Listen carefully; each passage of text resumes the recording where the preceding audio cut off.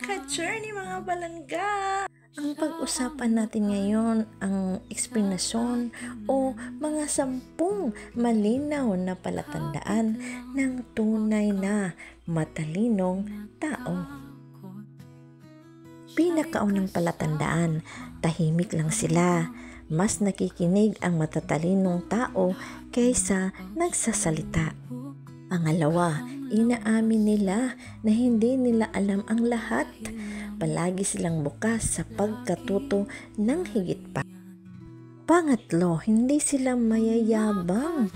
Mas malakas magsalita ang kanilang gawa kaysa sa kanilang mga salita. Pang-apat, mapagkumbaba sila. Hindi nila iniisip na mas mataas sila kaysa sa iba. Panglima, kadalasan ay kaunti lang ang kanilang malalapit na kaibigan. Mas mahirap para sa kanila na makipag-ugnayan ng malalim dahil iba ang kanilang pananaw sa mundo.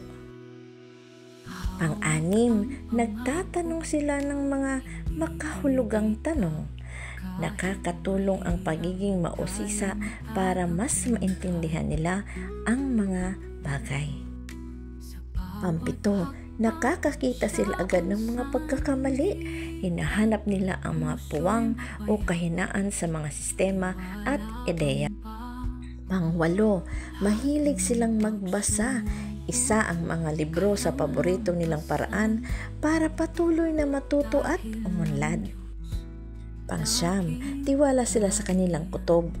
Kaya nilang maramdaman ang damdamin at layunin ng mga tao. Pang-10, iniiwasan nila ang mga pagtatalo. Sa halip na sayangin ang enerhiya sa mga away, mas gusto nila ang kapayapaan at pag-unawaan.